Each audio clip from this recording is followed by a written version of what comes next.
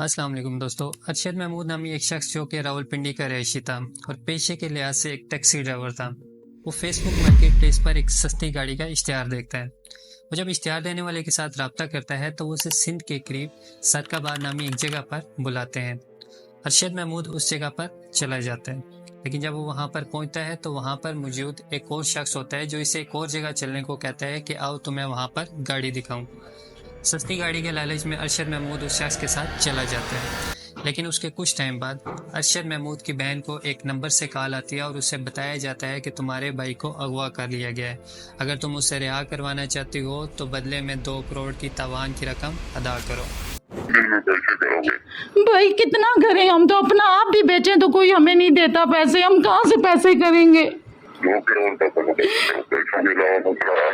भाई। कोई अल्लाह का वास्ता है, अल्लाह का खौफ करो, इसके छोटे छोटे बच्चे हैं, ये कहाँ से करें। हम लोगों का 5 घरों का काम करते हैं तो तब जाके महीने का बच्चों के लिए कुछ करते, वो भी एक टाइम खाते हैं एक टाइम भूखे रहते हैं।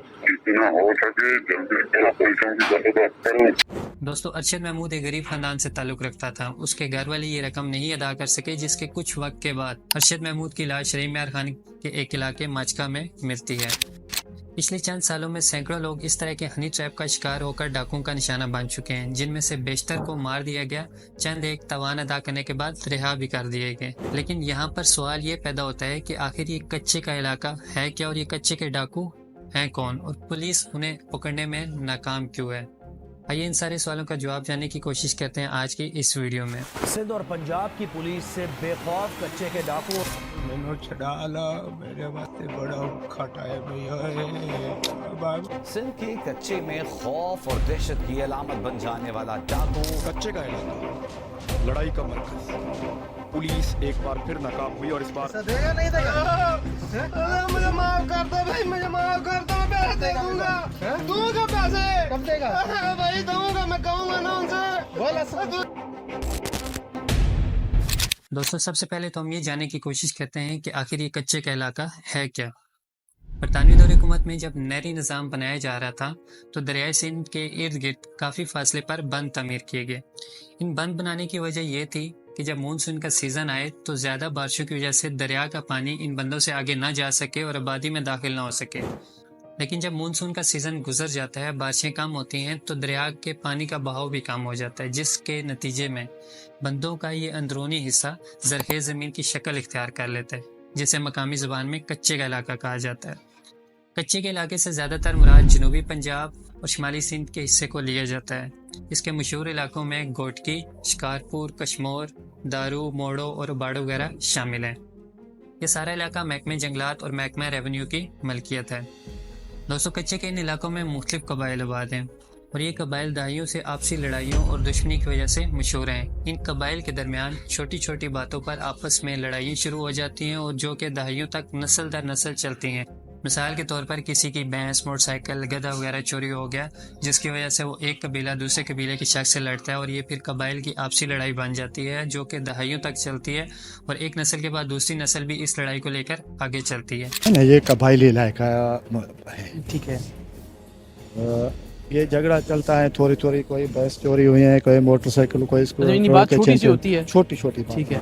ऐसी ही एक लड़ाई 1992 में महर कबीले और जतोई कबीले के दरमियान होती है। इस लड़ाई की वजह 1 एकड़ ज़मीन थी, जिसको लेकर इन दोनों कबाइल के दरमियान लड़ाई शुरू होगी और ये लड़ाई अगले 15 सालों तक चलती रही, जिसके नतीजे में दोनों तरफ के 300 लोग इस लड़ाई में मारे गए और लातादाद लोग जख्मी भी हुए।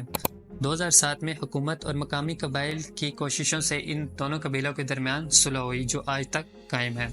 दोस्तों, कच्चे का इलाका पाकिस्तान के पसमानदा तरीन इलाकों में शुमार होता है। यहाँ पर बिजली, स्कूल और अस्पताल जैसे सहूलियात न होने के बराबर हैं। यहाँ के मकामी लोग ज़्यादातर खेती बाड़ी या फिर माल मवेशी पाल कर अपना गुज़र-औक़ात करते हैं। यहाँ पर अक्सरियत लोगों की अनपढ़ है। दोस्तों, अंदाज़ा लगाएं कि ऐसा इलाका जहाँ पर मकामी कबाइल और सरदारों की आपसी लड़ाई की वजह से लॉ एंड ऑर्डर की सूरत हाल इंतहाई ख़राब हो, मकामी लोगों की अक्सरियत अनपढ़ लोगों पर मुश्तमिल हो और ज़िंदगी की बुनियादी सहूलियात न होने के बराबर हो, ऐसी जगह मुख्तलिफ जराइम पेशा लोगों के लिए जन्नत बन जाती है। और ऐसा ही कुछ कच्चे के इलाके के साथ भी हुआ। पूरे पाकिस्तान से मुख्तलिफ मुजरमान यहाँ पर जमा होने लगे, डाकुओं के मुख्तलिफ गिरोह बनने लगे जो आते जाते लोगों को लूटने लगे اور آہستہ آہستہ یہ نیشنل ہائی وے پر پہنچ کر وہاں پر گھات لگا کر بھی لوگوں کو لوٹنے لگے۔ وقت کے ساتھ ساتھ انہوں نے اغوا برائے تاوان کی وارداتیں بھی تیز کر دی۔ رہی سہی کسر مقامی قبائل کے مظالم نے پوری کر دی، جن کے ظلم کی وجہ سے وہاں کے مقامی لوگ، وہاں کا مقامی نوجوان بھی جرم کی دلدل میں دھنسنے لگا۔ ڈاکوؤں کے پاس افغانستان کے راستے اسٹیٹ آف دی آرٹ اسلحہ آنے لگا۔ ڈاکوؤں کے پاس G3 کلیشنکوف، اینٹی ایئر کرافٹ اور RPG جیسے ہتھیار بھی آنے لگے، جس کی وجہ سے کچے کا یہ علاقہ عوام کے ساتھ ساتھ اب پولیس کے لیے بھی نو ایریا بنتا چلا گیا۔ دوستو، ڈاکوؤں کے یہ گروہ اب دیہی علاقوں سے ہٹ کر کراچی، سکر، پنجاب اور حتیٰ کہ KPK سے بھی لوگوں کو اغوا کرنے لگے۔ وقت کے ساتھ ساتھ ان کے طریقہ واردات میں بھی جدت آنے لگی۔ یہ گروہ سوشل میڈیا کا استعمال کر کے ہنی ٹریپ سے مختلف لوگوں کو کچے کے علاقے میں لاتے اور پھر اغوا کر کے تاوان کا مطالبہ کرنے لگے۔ دوستو، ہنی ٹریپ کو سمجھنے سے پہلے آئیے کچے کے ایک بڑے گروہ کے بارے میں جان لیتے ہیں، جس کا نام تھا چھوٹو گینگ۔ دوستو، چھوٹو گینگ کے سربراہ کا نام تھا غلام رسول الیاس، جسے چھوٹو کے نام سے پکارا جاتا ہے۔ دوستو، عام طور پر چھوٹو کسی چائے کے ہوٹل پر کام کرنے والے بیرے کو کہا جاتا ہے۔ غلام رسول الیاس بھی اپنی نوعمری میں ایک چائے کے ہوٹل پر کام کرتا تھا، جس کی وجہ سے اس کو چھوٹو کہا جاتا تھا، اور وقت کے ساتھ ساتھ اس کے گینگ کا نام بھی چھوٹو گینگ پڑ گیا۔ دوستو، یہ گینگ بیسیکلی راجن پور کے علاقے سے تھا اور یہ پورے پاکستان سے لوگوں کو اغوا کر کے اس کچے کے علاقے میں لاتا اور پھر ان کے ورثہ سے تاوان کی رقم کا مطالبہ کرتا۔ دوستو، یہ گینگ اغوا ہونے والے لوگوں پر تشدد کے دوران ان کی ویڈیو ریکارڈ کرتا اور پھر سوشل میڈیا پر لگاتا، جہاں پر مغوی رو رو کر اپنے ورثہ سے ان کو پیسے دینے کا مطالبہ کر رہا ہوتا۔ دوستو، اغوا برائے تاوان کے علاوہ یہ گینگ قتل، اسمگلنگ اور مختلف ڈکیتیوں میں بھی ملوث تھا۔ دوستو، سال 2010 میں پولیس اس گینگ کے خلاف ایک آپریشن کرتی ہے، جو کہ 3 مہینوں تک جاری رہتا ہے، لیکن اس آپریشن کا کچھ خاطر خواہ فائدہ حاصل نہیں ہوتا۔ اسی طرح کا ایک اور آپریشن سال 2013 میں اس گینگ کے خلاف کیا جاتا ہے، لیکن اس کے بھی مطلوبہ نتائج حاصل نہیں کیے جا سکے۔ دوستو، ان آپریشن کے ناکام ہونے کی 2 بڑی وجوہات تھی۔ نمبر 1، کچے کے علاقے کی جیوگرافیکل لوکیشن۔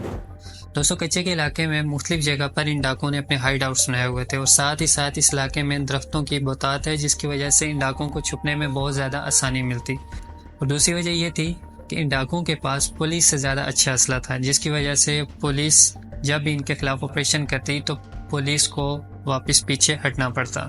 دوستو، اس کے بعد آتا ہے سال 2016۔ 27 اپریل 2016 کو جب کرسچن کمیونٹی لاہور میں گلشن اقبال پارک میں ایسٹر کا تہوار منا رہی ہوتی ہے، تب ہی وہاں پر ایک خود کا حملہ آور آتا ہے اور خود کو بم سے اڑا دیتا ہے۔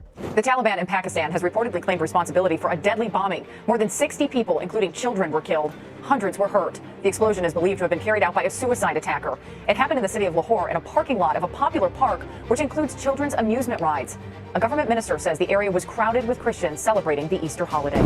جس کے نتیجے میں 75 افراد مارے جاتے ہیں اور 340 کے قریب لوگ زخمی ہوتے ہیں۔ مارے جانے والوں میں زیادہ تعداد عورتوں اور بچوں کی تھی۔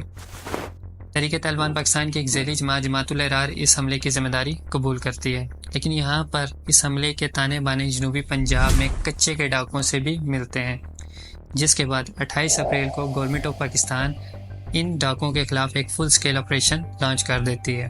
اس آپریشن کو ضرب آہن کا نام دیا گیا۔ پولیس دیگر فورسز کے ساتھ مل کر اس آپریشن کو لیڈ کر رہی ہوتی ہے۔ دوستو، جب یہ آپریشن شروع کیا جاتا ہے تو چھوٹو گینگ کچے کے علاقے سے واقفیت کی بنا پر کچا جمال نامی ایک دریائی جزیرے پر جا کر لڑنے کا فیصلہ کرتا ہے۔ کچا جمال نامی یہ دریائی جزیرہ سال 2010 میں سیلاب آنے کے بعد وجود میں آیا تھا۔ اس جزیرے کے ارد گرد چاروں طرف پانی تھا اور اس جزیرے پر جانے کا واحد زمینی راستہ کشتیاں تھیں۔ پولیس اور دیگر فورسز کو اس جزیرے پر آپریشن کرنے میں سخت مشکلات کا سامنا پیش آ رہا ہوتا ہے، لیکن وہ پھر بھی اس جزیرے پر آگے بڑھنے کی کوشش کرتے ہیں، جو کہ ایک سنگین غلطی ثابت ہوتی ہے۔ پولیس جب اس جزیرے پر پہنچتی ہے تو اسٹریٹ فائرنگ کی وجہ سے 7 پولیس اہلکار موقع پر شہید ہو جاتے ہیں، جبکہ 24 پولیس اہلکاروں کو ڈاکو یرغمال بنا لیتے ہیں۔ اب یہ بات واضح ہو چکی تھی کہ چھوٹو گینگ کا یہ خطرہ آباد سے نکل چکا ہے، جس کے نتیجے میں آرمی اس آپریشن کو اپنے کنٹرول میں لے لیتی ہے۔ ترجمان پاک فوج لیفٹیننٹ جنرل عاصم سلیم باجوہ کے مطابق راجن پور میں کچے کے علاقے میں فوجی دستے تعینات کر دیے گئے ہیں اور فوج نے آپریشن کا چارج سنبھال لیا ہے۔ DGISPR نے بتایا کہ علاقے کا محاصرہ کر لیا گیا ہے۔ رینجرز اور پولیس اہلکار فوج کی زیر قیادت آپریشن میں شامل رہیں گے۔ آرمی کو اس چیز کا ادراک ہو جاتا ہے کہ زمین پر لڑنے کو چھوٹو گینگ اپنے فائدے کے لیے استعمال کر رہے ہیں، لہٰذا وہ اس لڑائی کو ہوا میں لے جاتے ہیں۔ दोस्तों अब आर्मी हेलीकॉप्टर के जरिए छोटू गैंग के ठिकानों पर हमला करती है, जिसके नतीजे में बहुत सारे डाकू मौके पर ही मारे जाते हैं और बहुत सारे अपने ठिकानों को छोड़कर भागने की कोशिश करते हैं, जिन्हें बाद में पकड़ लिया जाता है। 18 अप्रैल 2016 को आर्मी हेलीकॉप्टर के जरिए छोटू गैंग के ठिकानों पर पंफलेट गिराती है, जिसमें इस चीज का अल्टीमेटम दिया गया होता है कि अगर हथियार न डाले गए तो फुल स्केल ऑपरेशन किया जाएगा। पाक फौज ने गुज़िश्ता शाम छोटू गैंग को अपनी वार्निंग देते हुए जरहमान पुलिस एहलकारों को रिहा करने के लिए कहा था। इस मकसद के लिए फौज ने कच्चे के इलाके में पंफलेट भी फेंके, जिसमें छोटू गैंग को हथियार डालने के लिए डेडलाइन दी गई थी। इसके 2 दिन बाद छोटू गैंग अपने 170 साथियों के हमरा सरेंडर कर देता है। दोस्तों ऑपरेशन ज़रबे आहिन 28 मार्च 2016 से लेकर 20 अप्रैल 2016 तक 24 दिन के लिए जारी रहता है। दोस्तों इस ऑपरेशन में 7 पुलिस एहलकार शहीद होते हैं, जबकि दूसरी तरफ डाकुओं के 54 मेंबर को मार दिया जाता है और 174 के करीब डाकुओं को गिरफ्तार किया जाता है। पुलिस के 24 एहलकार जो कि कैद में चले गए थे उनको भी छुड़वा लिया जाता है। तो दोस्तों अब बात करते हैं हनी ट्रैप की। हनी ट्रैप से मुराद कुछ ऐसी अट्रैक्टिव या पुरकशिश चीज जिसको इस्तेमाल करके किसी भी दूसरे शख्स को अपने जाल में फंसाया जाए, हनी ट्रैप कहलाता है। दोस्तों कच्चे के डाकू हनी ट्रैप का इस्तेमाल 3 तरीकों से करते हैं। नंबर 1, ख्वातीन की आवाज में बात करके प्यार के जाल में लोगों को फंसाया जाता है और फिर उन्हें अगवा कर लिया जाता है। इस काम के लिए कच्चे के डाकुओं ने या तो लोग ख्वातीन को हायर करके रखा होता है या फिर वो खुद ख्वातीन की आवाज निकाल कर लोगों को अपने प्यार के जाल में फंसाते। जब विक्टिम उस जगह पर पहुंचता है तो उसको अगवा करके कच्चे के इलाके में ले जाया जाता है और फिर तावान का मुतालबा किया जाता है। नंबर 2, किसी भी सस्ती गाड़ी, ट्रैक्टर वगैरह का लालच देना। इस काम के लिए कच्चे के डाकू मुख्तलिफ सोशल मीडिया प्लेटफॉर्म या मार्केट प्लेस का इस्तेमाल करते हैं, जहां पर वो डिफरेंट किस्म के सस्ती गाड़ियां, ट्रैक्टर वगैरह और इस तरह की दूसरी मशीनरी का इश्तिहार देते हैं, जो आम मार्केट में तो बहुत ज़्यादा महंगी होती है, लेकिन उन्होंने बहुत ज़्यादा कम कीमत में वो चीज़ें ऐड लगाया होता है। ठीक है, जिसके बाद कोई भी शख्स उनका ऐड को देखता तो उसमें से अगर कोई शख्स इनके साथ रब्ता करता तो उसे मज़ीद अपनी बातों में फंसाकर किसी भी दूसरे एरिया में बुलाते हैं, जैसा कि सदकाबाद बुला लिया या कुछ मेन सिटी में बुलाते। जब वो शख्स वहाँ पर पहुँचता तो उसको वहाँ से अगवा कर लेते और फिर वही कच्चे के इलाके में ले जाते जहाँ पर पुलिस का कंट्रोल नहीं, और उसके बाद उसके जो वरसाए उनसे तावान का मुतालबा किया जाता है। नंबर 3, रोज़गार का लालच देना। इसके लिए भी मुख्तलिफ ऐड चलाए जाते हैं, जिसमें पुरकशिश तनख्वाह और दूसरी जो बेनिफिट्स होते हैं जॉब के हवाले से वो दिए जाते हैं, जिसके बाद लोग इनसे रब्ता करते हैं तो इन्हें मखसूस एरिया में बुलाते हैं कि वहाँ पर आएँ, हम आपको काम देंगे। डिफरेंट तरह का काम होता है, कुछ प्रोजेक्ट टाइप का होता है जैसे पूरे घर की वायरिंग, और उसके लिए बहुत अच्छी ऑफर्स दी जाती हैं, जिसके बाद कोई भी एक नौजवान या कोई भी शख्स उन ऐड को देखता, सैलरीज को देखता, अपने मुआवजे को देखता तो वो लालच में आकर उस जगह पर चला जाता। जब वहाँ पर जाता तो कच्चे के डाकू उसको अगवा करके कच्चे के इलाके में ले जाते और फिर उनके वरसा से तावान का मुतालबा किया जाता। ऐसी हज़ारों वीडियो सोशल मीडिया की ज़ीनत बनी हुई है, आप देख सकते हैं, जैसे कि डिफरेंट लोगों को ट्रैप किया जाता, फिर उन्हें बहुत बुरे तरीके से तशद्दुद का निशाना बनाया जाता और फिर उनके घर वालों से तावान की रकम का मुतालबा किया जाता। जो तो तावान की रकम भर देता तो उसके बाद भी कोई चांस नहीं होता कि वो ज़िंदा वापस आएगा शख्स या नहीं आएगा। अक्सर लोग मारे जाते हैं और बहुत कम लोग ऐसे होते हैं जो रिहाई हासिल कर लेते हैं तावान की रकम अदा करने के बाद भी। दोस्तों छोटू गैंग के खात्मे के बाद भी ये सिलसिला रुका नहीं। छोटू गैंग के बहुत सारे साथी भाग कर दूसरे ग्रोह में शामिल हो गए और फिर उन ग्रोह की मदद से अगवा और ये डकैती वगैरह उन्होंने स्टार्ट कर दी। लेकिन इस तरह के बेशुमार ग्रोह कच्चे के इलाके में मौजूद हैं, ठीक है, जो मुख्तलिफ तरीके से लोगों को अब भी अगवा कर रहे हैं। रिसेंटली बिशकारपुर में गवर्नमेंट ऑफ सिंध की तरफ से ऑपरेशन चल रहा है कच्चे के डाकुओं के खिलाफ। तो ये सिलसिला अभी तक रुका नहीं है और ये आगे भी चलता रहेगा जो सिचुएशन अभी चल रही है, क्योंकि जो मुकामी सरदार हैं वो ना तो अपनी आपसी दुश्मनियां बुलाने के मूड में और ना ही वो इन डाकुओं को प्रोटेक्शन देने से पीछे हट रहे हैं। दूसरी तरफ ऐसे केसेस भी सामने आए जहाँ पे पुलिस खुद डाकुओं को असला फराहम करती है।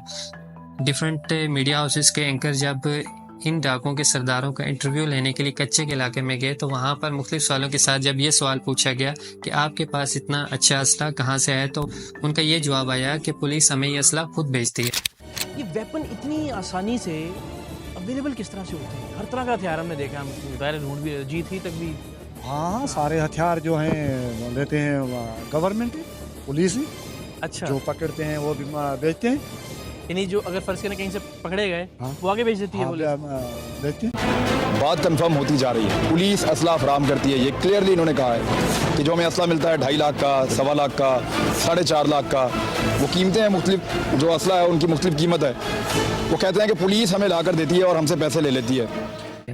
और कुछ ऐसी न्यूज़ भी सामने है कि कच्चे के डाकुओं ने अपने लोग पुलिस में भर्ती करवाए हुए हैं। आप खुद सोचें कि जब डाकू ही पुलिस में भर्ती होंगे तो वो डाकुओं को कैसे पकड़ेंगे। तो ये सिलसिला अभी रुकता हुआ नज़र नहीं आ रहा है। ये सिलसिला इसी सूरत रुक सकता है कि वहाँ के कबायली सरदार अपने असर सुख का इस्तेमाल करके अपनी आपसी लड़ाइयाँ ख़त्म करें। बेचारे अवाम जो खेती बाड़ी करके गंदम से अपना पेट पालते हैं और साथ ही साथ वो डाकुओं को भी बता देते हैं और कबायली सरदारों को भी बत्ते के तौर पर या फिर उनकी मुजराई करते हैं या फिर उनके इलाकों में काम करते हैं, उनके लिए सोचें, उनका भला करने के लिए सोचें। वहाँ पे स्कूल्स वगैरह कायम हो ताकि वहाँ के लोग पढ़ सकें, ताकि ये जो जराइम का वहाँ पे एक दलदल बन चुकी है, पाकिस्तान के 9 एरियाज बन चुके हैं, वो ख़त्म हो। दोस्तों अगर आपको ये वीडियो पसंद आई हो तो चैनल को सब्सक्राइब करते हैं। मिलते हैं नेक्स्ट वीडियो में, तब तक के लिए अल्लाह हाफिज़।